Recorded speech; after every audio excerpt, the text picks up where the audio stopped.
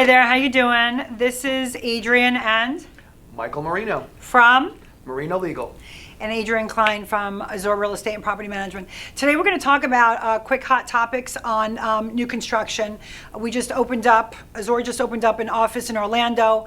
Michael and his law firm has right now office in Davie, Florida and Palm Beach Gardens. And I'm trying to rope him in to coming up to Orlando because there's so much new construction and new development. So I take my clients last week into the to see the developer and all of that other stuff, and I just want to discuss what are things that we need to really look out for that's different of buying new construction versus the due diligence of buying a resale. And I think it's really important for you to know because anybody can walk in, and it doesn't cost anything to bring in your real estate agent or broker. The developer pays our fees, and we're there to watch over your interests. They're not. And that's where we bring Michael and his law firm in, is to make sure that you are like covered in a rainstorm with an umbrella, because it's so easy to walk in and you buy a house like it's a new pair of shoes.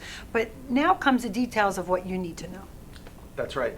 And new construction is great, of course, because it's new, right? Everything's new. You're the first person to go to the bathroom and the toilet. Yeah, it's a great it's a great thing to buy new construction. But there are some pitfalls that you should be aware of.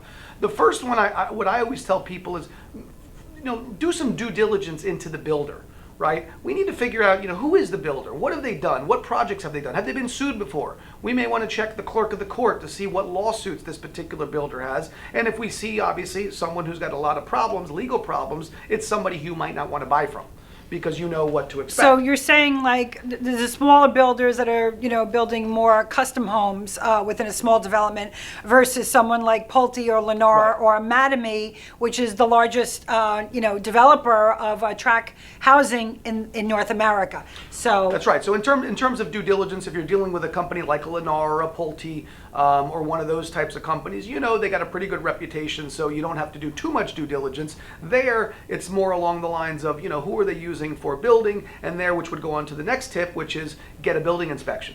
And a lot of people think, well, it's new. What do I need a building inspection for? I don't understand. They charge me when I buy new construction. Why would I want to bring in my own inspector? I don't understand. That's right. And a lot of people have that same reaction when I tell them to get an inspection. And it's because, again, just because it's new construction doesn't mean it was done right. There are a lot of different details that you don't, when you come in, you're so in awe by the new construction and the smell of the newness, and you just love it so much, nobody pays attention to the details. Well, that's what the inspector will do. A good inspector is going to come in and going to pay attention to all those details. They're going to give you a punch list, and that's one of the benefits of getting the inspector. What's a punch list? Is a list of all of the defects. Some of them probably very minor. Maybe an outlet is crooked. Maybe an outlet doesn't work. Maybe they misplaced a light switch. There's all sorts of little things that there could be that you probably are going to miss. I missed it. I bought new construction, and I was so excited with my wife and I when we bought that we didn't pay attention to a lot of things. But 2 weeks later, I'm sitting in the living room and I'm looking at that outlet is way off. So it's like the nuances. We have to really want the nuances. Right. So the good thing about getting a building inspector to come in and do a thorough inspection is that not only are they going to be able to identify problems that are real problems, but also a lot of the minor problems that will constitute your list of things that need to be fixed. Most builders, when they're minor, are not going to fix them before closing. They're not going to allow you, they're not going to put money in escrow until they're fixed. You're just going to have to deal with after closing. It's part of the builder warranty. Usually there's a year warranty where they fix all of these things, and that is a great tool to use as your list of the things that the builder needs to do post-closing. So when you're going shopping, you should have your own inspector. What is something else that we really should know about when you go? Because it's so easy to fall in love. They have these beautiful models with 50 to 100,000 in upgrades, and first of all, you think you're going to get that. You're not going to get that unless you're paying for it, and then you bring in the designer. That's a whole nother story. But what else do we have to think about? Tip number three is to negotiate the fees.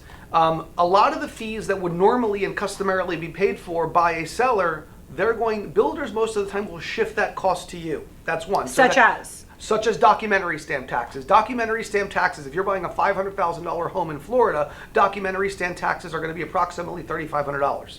Okay, that's something that's a seller cost that the seller normally pays when you buy a used home. But in the context of a new purchase, you're probably going to pay them. Okay, and there are other fees that you pay as well, like a developer or builder fee. which is usually a percentage of the price, and that's almost strictly a profit center. All of it's negotiable. The point is that be aware of what you're being charged and know that they are negotiable. So last week when I was telling Michael, I brought this lovely couple from New York and we were looking here in Orlando because you can buy a starter house for less than $400,000. In New York, where these people live in Staten Island, you get like a 40 or 50-year-old townhouse that, you know, needs a new roof, and that's $650,000. And then you've got your taxes and your HOA costs, so forth and so on.